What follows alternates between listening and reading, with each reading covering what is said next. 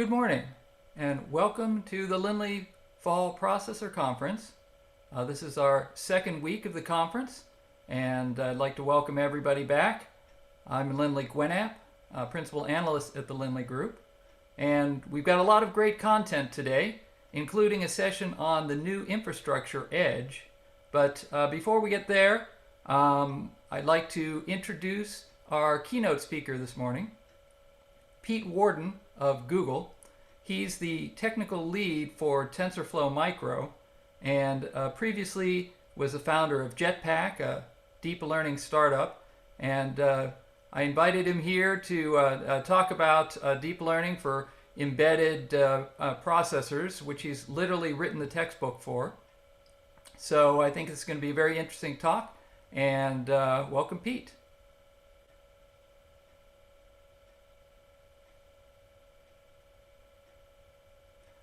Let's see, we need to unmute Pete, I think.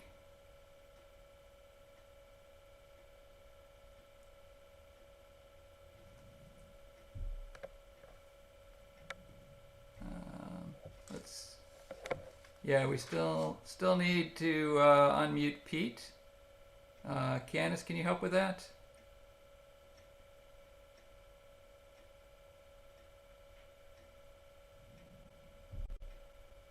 Yep, still not working. Okay, there we go. Okay, can you hear me now? Yes. Awesome. We have a joke at Google that AI is going to be solved sooner than AV is. So this feels familiar. And let me, you can see my screen. There we go. Just go to full screen mode and take it from here. Perfect. Thanks so much, Linley. And thanks everyone for joining me. I was really excited to see how many different companies are actually involved in this conference. And I looked through the attendee list and I saw a few familiar names as well. So I'm really excited to talk to you today about the perspective really of a software framework person who works a lot with this whole TinyML area, and my wish list for what I would love to see from especially hardware companies to help the product teams that I work with. And if you, these slides should be available from the website. I think there's a link out there. There's also, I've just got a short link to the Google Slides version. So don't worry about trying to scribble down any links as I'm going through this. You should just be able to grab these from the slides. So I'm the technical lead of the TensorFlow Lite micro open source framework at Google, like Linley said. I want to get my email out there because what I really see this talk as is not just kind of a one-off, but I want to really start a dialogue with continue a dialogue with the hardware community around, hey, what are the requirements? What do people have to offer? How can they actually get ML software up and running on new hardware devices or existing hardware devices? So as I'm going through this, please, either bring up questions at the end. I'm going to be having a breakout session later today as well. Or you can also just drop me an email at petewarden@google.com, and I'll be happy to try and help however I can. And I also am fairly busy on Twitter at Pete Warden, posting a mixture of technical articles and occasional pictures of my cat. So why am I here talking to you? So I'm the technical lead of TensorFlow Lite Micro, as I mentioned. And what that is a software framework for taking models that have been trained in TensorFlow to do all sorts of machine learning tasks and get them running on devices that have as little as 20 kilobytes of RAM. So this is really about trying to take this very cutting edge technology of deep learning models and trying to kind of shrink them down, crush them down, get them running on very small, low power processors. And because it's open source, we not only get to interact with a lot of product teams inside Google who are trying to build really interesting new products, we also get a lot of requests from product teams at companies all over the world who are trying to build really interesting products. And we often have to say, no, that's not quite possible yet. Because what's happening is the technology around deep learning and the kinds of models that you can actually build on the training side that would be useful for product features or entirely new products, they often can't actually be deployed on the kinds of devices that people have in their actual hardware platforms. So we're often getting asked, hey, can we run this model? And we have to say no. And the upside of that is that means we get to see in aggregate a lot of unmet requirements, which if hardware teams were able to deliver on them, they would enable a whole bunch of new experiences for users. So really the whole point and the takeaway of this talk that I want to do here is trying to distill a lot of what we're hearing from all of these product teams into a set of asks for hardware teams to see if we can actually start helping these product teams build these products that would be possible if only we had the hardware that did what we needed. And that's a really interesting position to be in. Normally there's a whole bunch of reasons why you can't build a product that you sort of want to build, but the fact that we're at the point where we have trained models that do really interesting things that if only we could deploy them would enable all of these new features, and it's only the hardware holding us back, is a really big opportunity. And I know from looking through the sponsors list and looking through the people who are attending this conference and talking here, that there are a lot of hardware teams already out there trying to meet some of these requirements.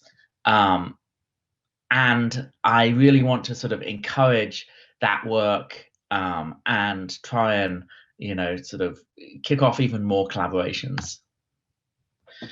So I've been talking about TinyML, but what is it?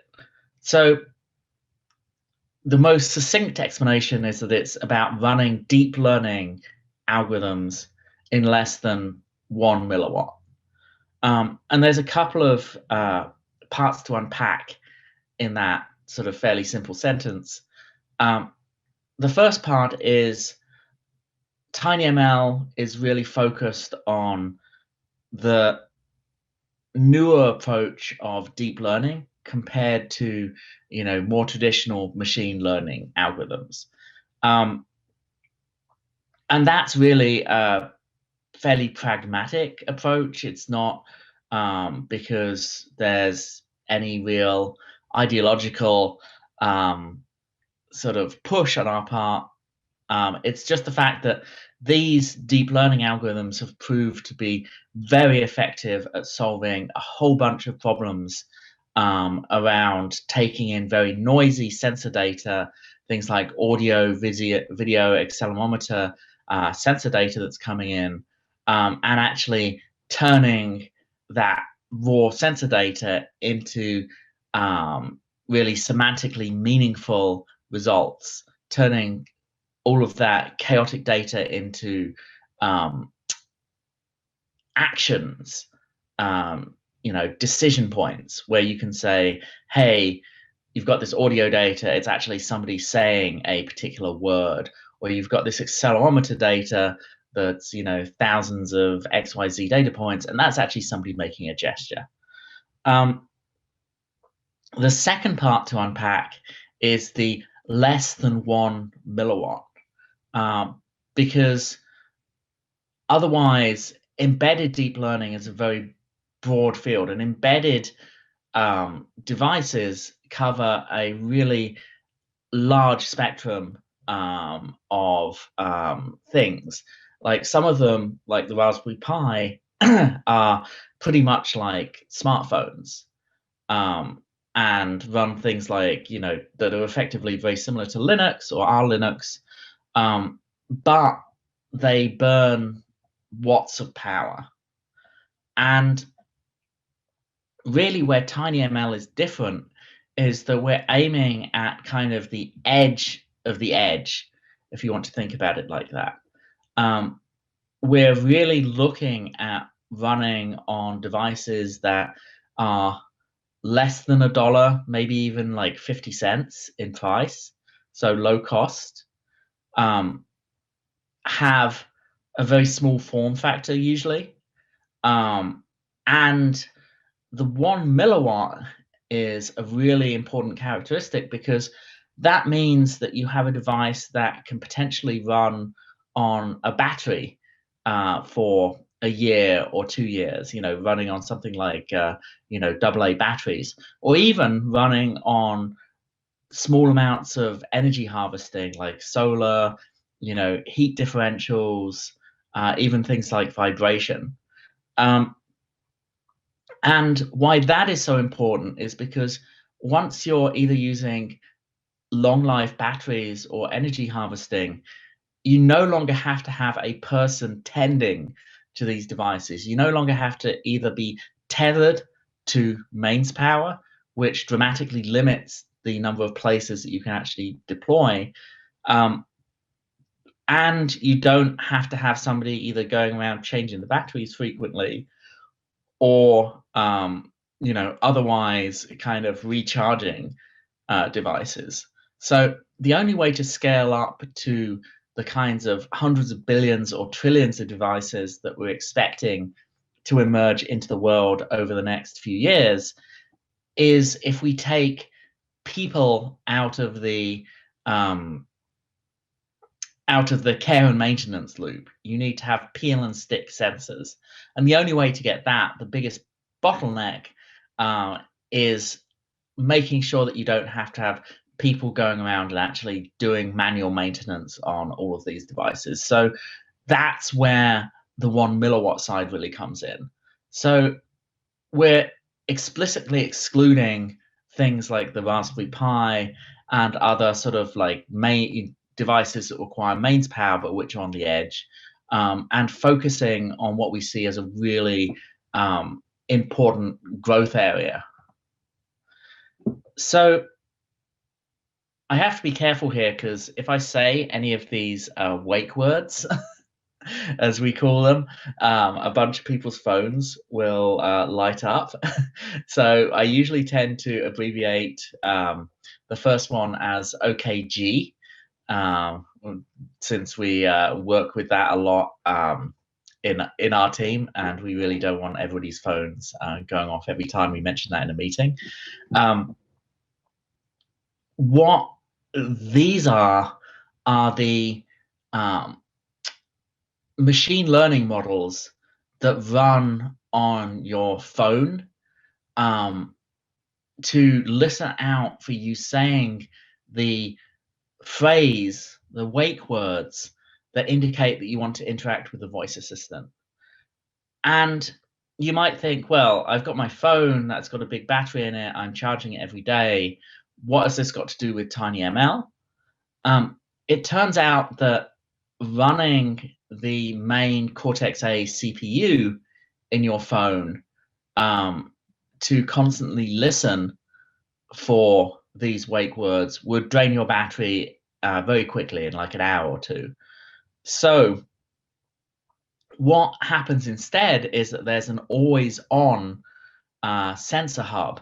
It's got various different names depending on the platform, but this is actually an embedded, usually DSP, often either a hexagon DSP from Qualcomm or a Cadence Hi-Fi DSP, or there are a variety of other popular DSPs in there as well from different vendors.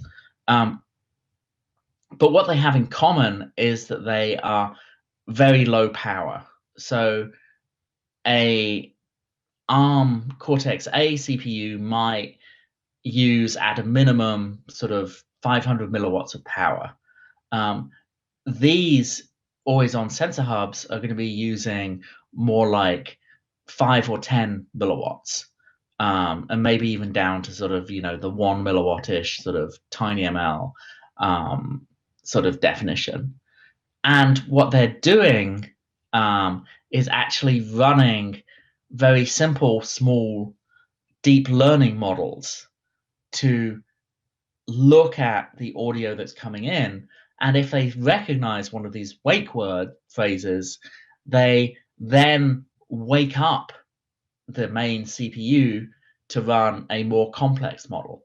So these small models are, on the order of tens of kilobytes in size, and then they wake up a much larger model to run on the CPU.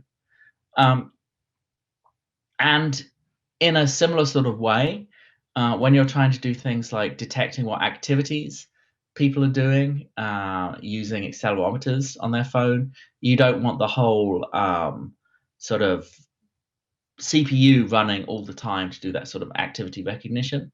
So instead of that, you actually run a deep learning model on that same always-on sensor hub. There's also an emerging use case where person detection using cameras, using very low power cameras, is deployed to wake up devices, mostly sort of not phones, for the person detection sort of camera use case. But most of these use cases are currently part of phones always on embedded sensor hubs. And there's a lot of phones out there, but most people don't have more than one phone. So there's kind of a natural limit to how many devices you're going to end up with deployed in production at one time. You're sort of limited by the population of the planet Earth. So you've only got sort of single-digit billion devices deployed in production. So it's definitely very respectable. But we really see the number of devices that can be running TinyML in a really useful way and helping people as a lot more than this in the future. So I say that we're expecting to see more things in the future. What do I mean by that? What sort of applications are coming? And again, this is based on the kinds of product team requests that we see coming in. This is not just kind of me stroking my my goatee and kind of imagining what things might happen. These are all coming from actual use cases that people are asking us for help with. And one of the fundamental ideas that seems to come up a lot is what I've sometimes been calling peel and stick sensors. Like I was saying before, if you can actually have a sensor that requires almost no human interaction beyond deploying it, that becomes a very powerful way of monitoring the world around us. And even in cases where you actually have the potential for mains power, like in factories or refineries, we've found from people who work in those environments, often it's actually very hard to wire in mains powered devices. So having a sensor that's kind of standalone and battery powered and therefore has to be able to run on very small amounts of power is a really important uh, property to have. So that you can do things like industrial monitoring, predictive maintenance on machinery, are things working, which kind of ties into also environmental sensors, either inside, buildings or in the outside world, to kind of try and catch what's happening, whether it's with, accelerometers or even audio or vision detection. Detecting leaks using audio, detecting leaks using vision is actually a really interesting way of using some of this deep learning technology.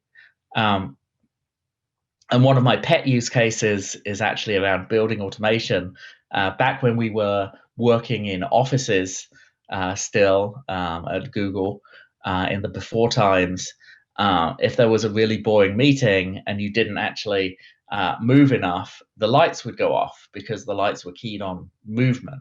I would just love to have a simple person detection machine learning algorithm that looked for people and made sure that lights didn't go off if there were people actually in the room. And there's also a whole bunch of use cases around detecting agricultural pests, detecting, wildlife. There's been some great work by the AudioMoth team on like detecting bats, detecting, different birds from their bird calls. So these are all examples where the models are there. Really, a lot of the struggle right now is to figure out how to get this running in the right kind of hardware. And then there's another class of, one of the killer applications that I'm really excited about is getting full speech recognition running locally on device on everyday objects. And when I first put this in the slide, Linley actually questioned me about this. He's like, do you really mean full vocabulary speech recognition on these tiny embedded devices? And I actually do. And to explain why I think that this is coming, I'm going to be talking in a slide or two about what the Pixel team has done to get full speech recognition that's running at server quality. So with the same accuracy as you get on the server with the best models that Google can produce, actually running locally on a Pixel device, so not requiring any network connection.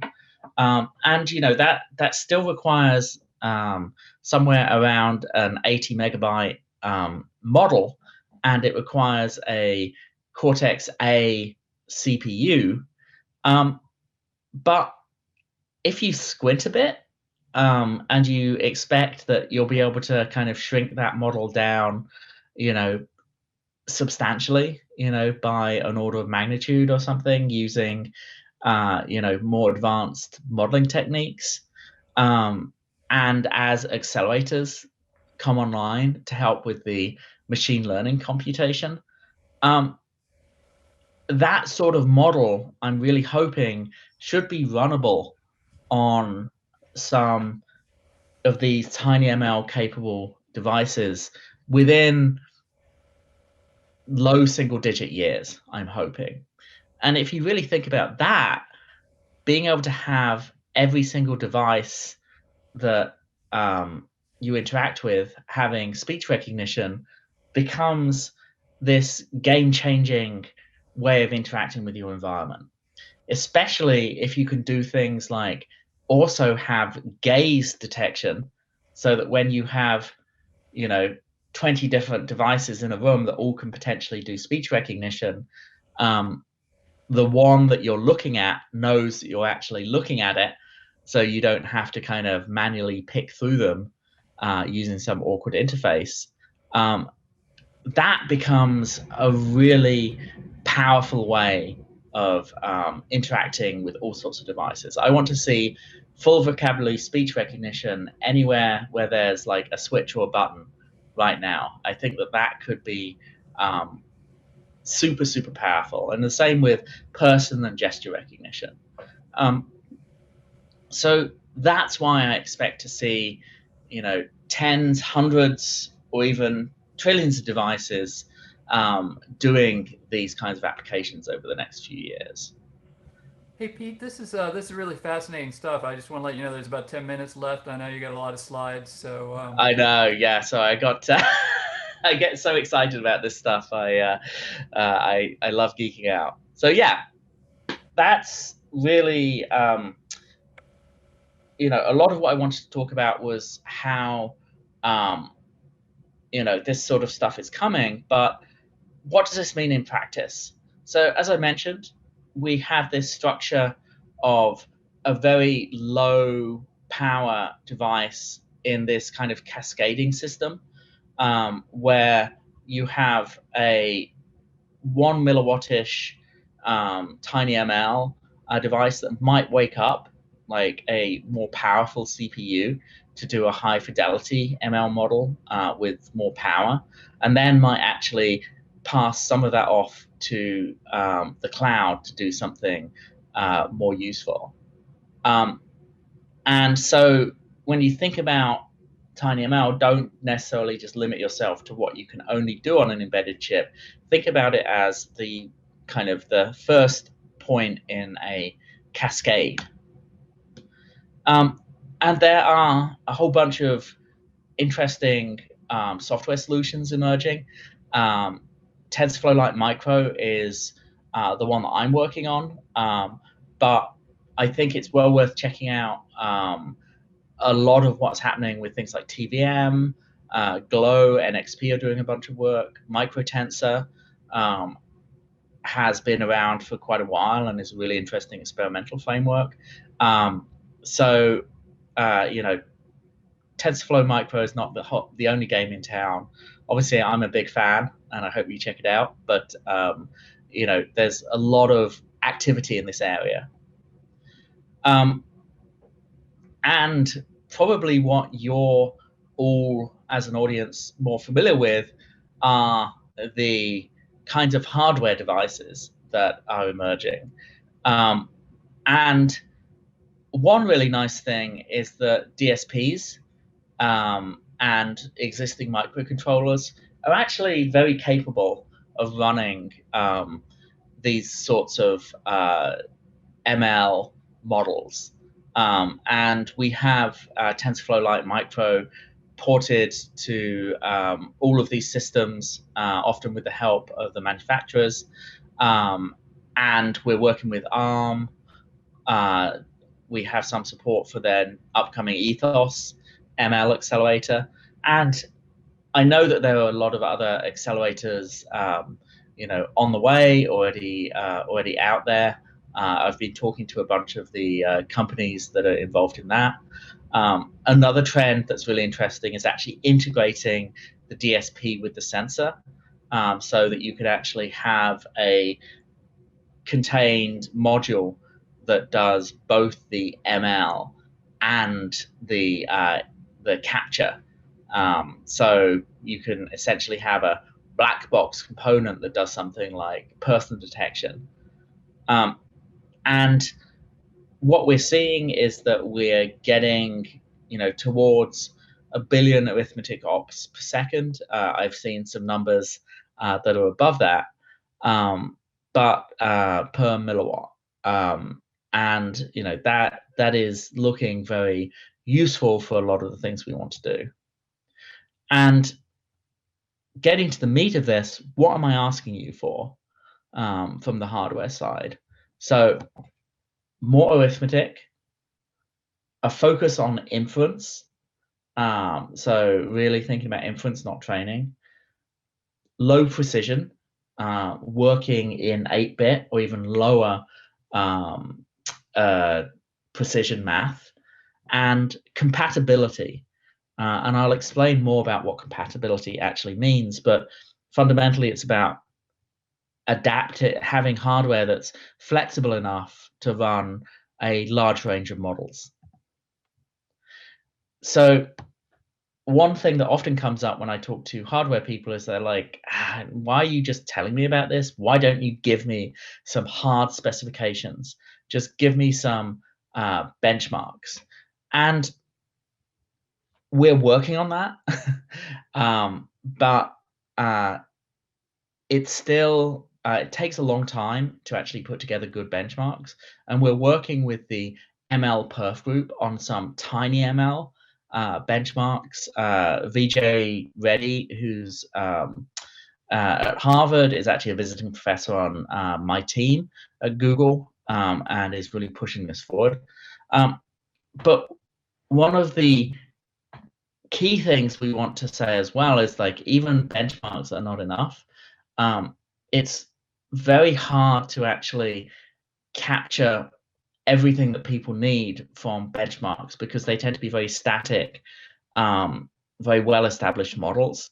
And one of the big problems is that these models, in practical use cases, researchers are often creating models and kind of chucking them over the wall to people to deploy them. And it's very hard to go back to those model creators and actually get them to change the way that they built their model and retrain it. So that's one of the reasons I'll be coming back to for compatibility and why that is so important. We also have some foundational benchmarks as part of the TensorFlow Lite micro project. But again, I want to focus on, benchmarks are really crucial to us because a lot of the numbers around raw numbers of arithmetic ops you see around accelerators can be very misleading because they are often cherry-picked to particular ops. And so using the number of arithmetic ops as your measure can end up getting you into a lot of trouble and be very hard to achieve in practice. So this is really the top ask, is I want you as hardware teams to keep delivering us more arithmetic because we'll be able to deliver more models, like more user-facing features and even more entirely new applications if you're able to give us more arithmetic. And one example of this that I said I'd talk about is this server quality on-device transcription and voice recognition model that works as well as the server quality, but doesn't require any network connection and just runs locally on your device. And this is the sort of thing, if we had more arithmetic, we would be able to do similar things to this outside of the sort of Cortex-A CPU world. And you can actually get an open source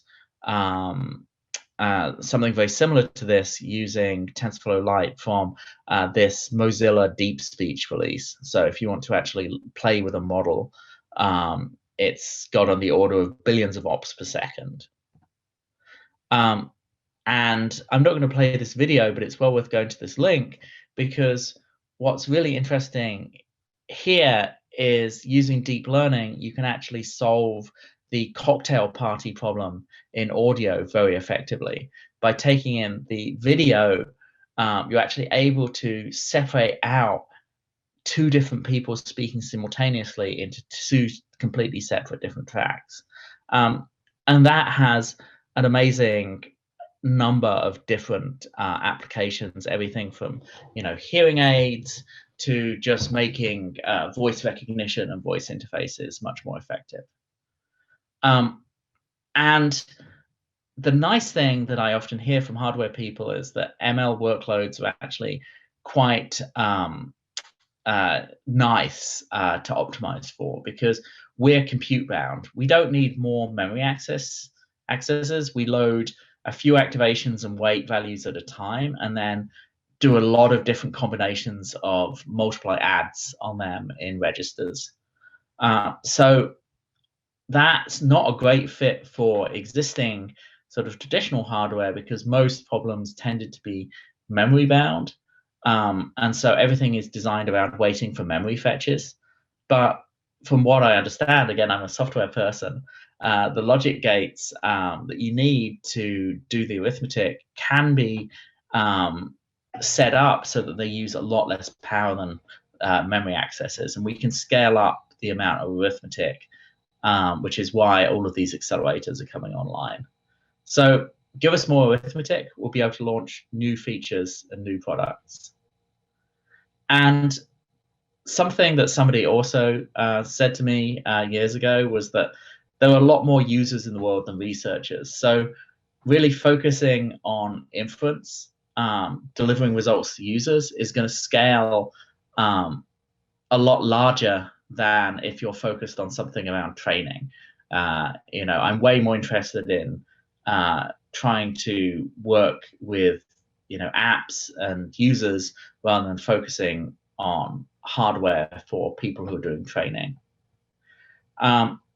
And low precision is an extremely big topic, but the short story is that we've got lots of evidence that 8 bits is plenty.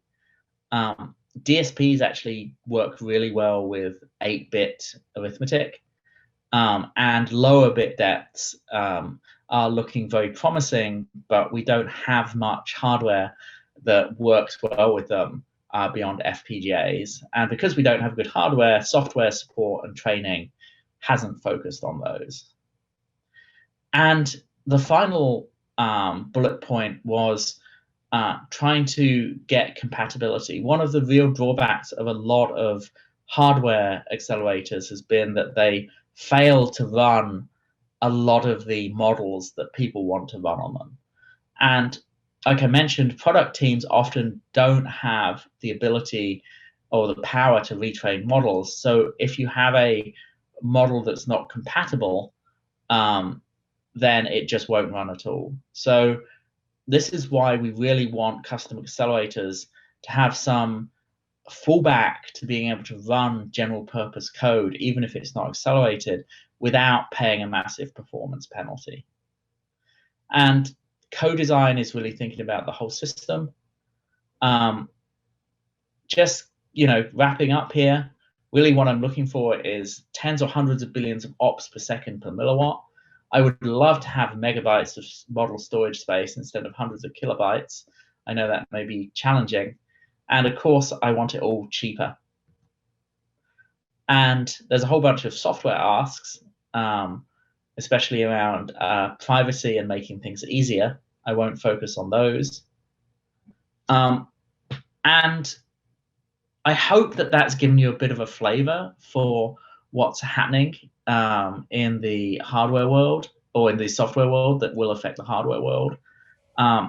And I'm hoping now's a good point to throw the floor open to some questions. Great, thanks, Pete. So if you have questions for Pete, please use the Q&A button at the bottom of your window to submit your questions. Pete, if you can stop sharing your screen, we'll get you full screen. Yeah. There we go. So just a quick question from me to start. So you mentioned that there's a lot of different hardware that's coming out to run some of these different algorithms within the kind of power range you're talking about. So how does it work in terms of getting the TensorFlow micro to work with these different kinds of hardware? I mean, does Google support doing the port? Does the company have to do it? Do you guys work together? How does that work? Yeah, we tend to work together. Honestly, we've really tried hard to make sure that porting the framework initially with reference implementations is as simple as possible. Like, we generally see it taking no more than a day or two, provided that the vendor has a C++ capable toolchain. That's one of the the key requirements we have, which in a couple of instances we've had to work around, but generally it only takes like a day or two to get the reference implementations up and running, and then you start to get into the okay, how do we optimize this for our platform, where things get a lot more interesting. Right, right, good. So, um, a question from the audience, and I had a similar question, but so I mean, where TensorFlow Micro started off on running on microcontroller CPUs, now we see things like Ethos that's designed to accelerate the AI applications. So, I guess so some of the applications that you're talking about kind of emerging, do you expect those to be able to run on the microcontroller, or are those going to require some sort of additional accelerator, or is it going to go even beyond the kind of performance that Ethos can deliver? So really the sky is the limit in terms of if you give us more performance, we have a long backlog, we have a long hopper full of potential applications that we could be running. We've definitely got a lot of things that can benefit from like the Ethos level of acceleration. We could do with even more arithmetic. We we really have, we have not hit, hey, we've got too much compute power, we don't know what to do with it. Like, that feels like that's still a long way off in this, for the products that we see. Yeah, right. So, and then I assume for memory requirements, it's a similar story. I mean, the more memory that's available, the bigger, more complex, more interesting models that you can run. That's true. It's the memory, I would say, is like we can do interesting things with us, even the small amounts, comparatively small amounts of memory, the hundreds of kilobytes, and still scale up our compute needs. And once we get beyond single digit megabytes of storage, it becomes less pressing to, the memory constraints. So it feels like the kind of the pressure on arithmetic is probably higher than the pressure on like memory sizes. We'd like larger memory sizes, but we really, really need more arithmetic, if that makes sense. Right, right. And another question from the audience. I mean, how? I mean, particularly as we imagine, more memory becoming available, more arithmetic becoming available. Where's the dividing line between TinyML and embedded ML, and uh, what's the difference?